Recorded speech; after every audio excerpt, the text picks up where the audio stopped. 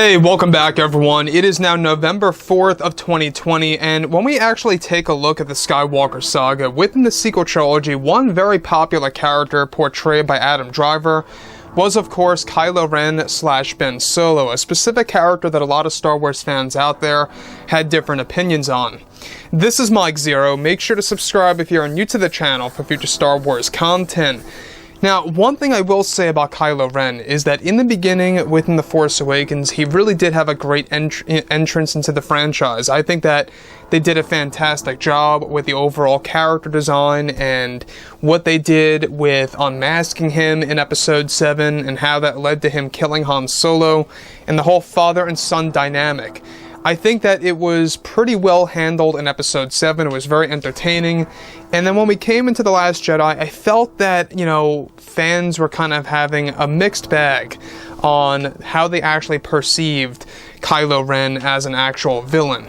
Because we saw him have, some flaws in The Force Awakens, and we saw him have even more flaws in The Last Jedi with the whole Reylo thing that not a lot of fans were really in support of. Now, what's really intriguing about the new Star Wars universe is that a lot of fans are very skeptical about what George, John, and Dave are doing as we speak. They are already focusing on over 10 years worth of Star Wars projects on Disney Plus alone. That's just for Star Wars TV shows, Star Wars, movies. That's going to also be separate from Disney Plus. They really are doing everything in their power to really expand Star Wars. However, what's really intriguing all has to do with actor Adam Driver. Let's not forget about Adam Driver. I believe that he really carried the Star Wars sequel trilogy without a doubt.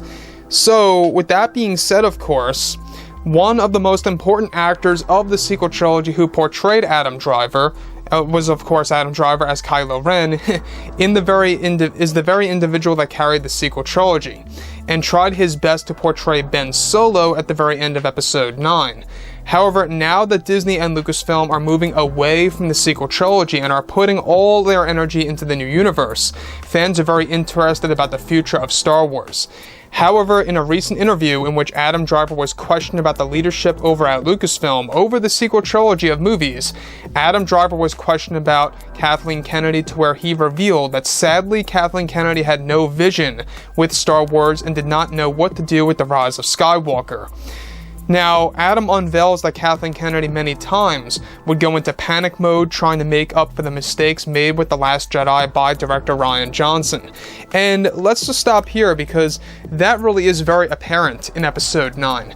We've seen that this movie was almost like an attempt to fix everything of what went wrong with The Last Jedi by Rian Johnson. There's no denying this. Obviously a lot of fans had a lot of issues with the way things went with The Last Jedi and how Rian Johnson handled Luke Skywalker. There's no doubt about that, Also, when we examine what happened, with the very ending of The Rise of Skywalker as a movie, that also was a very critical moment in the Star Wars franchise overall.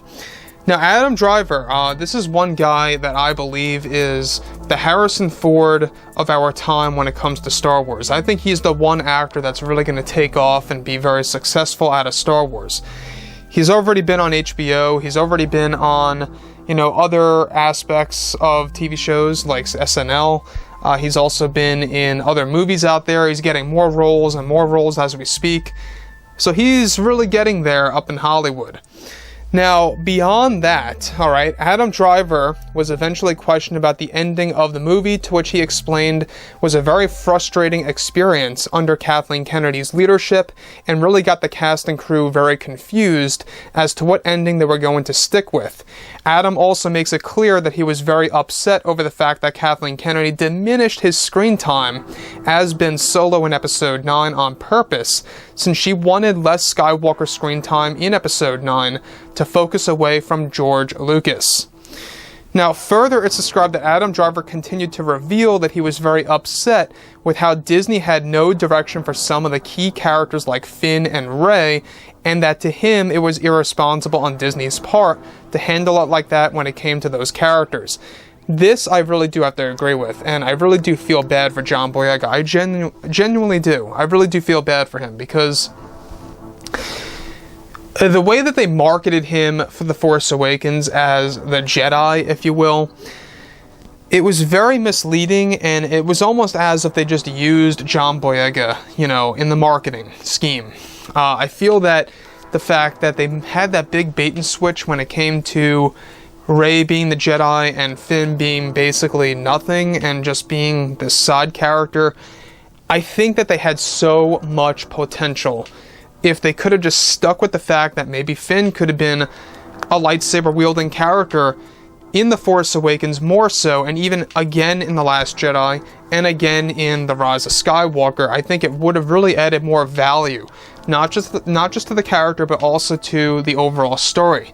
They already meddled with him being Force sensitive in Episode 9. We've seen this firsthand. There's no denying that. We have seen this happen before our very own eyes of what happened with the character of Finn. So Adam Driver's right about that. The same exact thing with the character of Rey. They really did not know what to do with the character of Rey / Rey Skywalker in 7, 8, and 9. They were always going back and forth midway through production of all those movies. Moving on.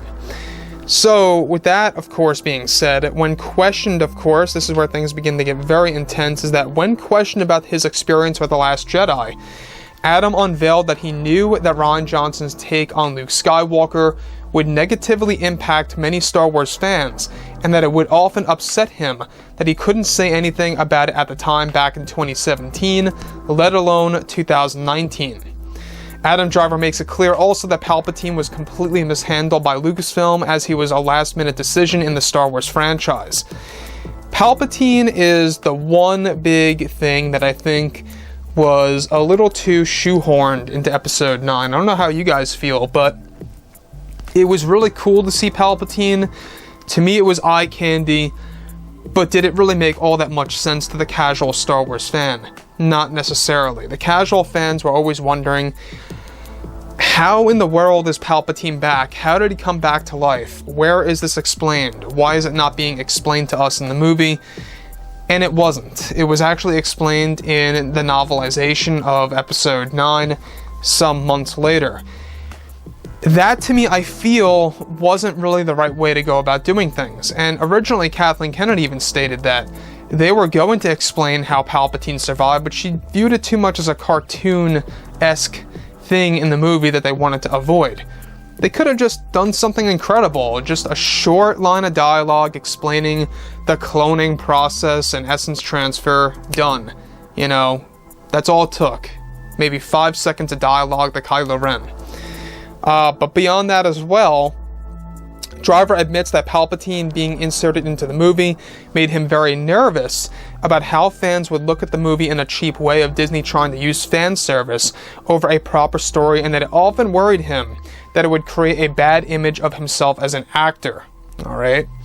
Driver revealed that he had done so much more with actor Ian McDiarmid that there was so much footage Disney didn't even know what to do with.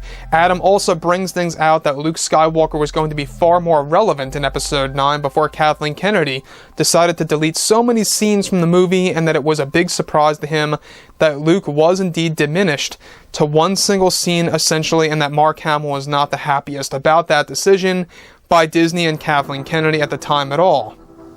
And really, you know, can we blame Mark Hamill? We really can't, because this is an actor that really thought that Luke was going to be a big deal in the sequel trilogy in a more positive sense, right? Mark Hamill also believed that Episode 9 would be his salvation as an actor to portray Luke once more in a very different and exciting way. Of course, a lot of scenes were filmed, a lot of scenes were deleted, and that was because of Kennedy. Now, Driver also reveals that the sequels could have been organized better so that everything would have fell more into place in a more proper way for the fandom to understand, instead of relying on books and comics there in stores. And I do agree with that. Fans should not have to fall on books and comics to really get more details on what's really happening in these actual movies and what's actually happening with these characters. So, you know, guys, like I've said before in the past, you know, drop a comment below. Let me know about all of this in the comments. And if you guys did enjoy the content for today, do make sure to drop a thumbs up on this video to support the channel. I thank you all so very much for the kind support, and I'll catch you guys next time.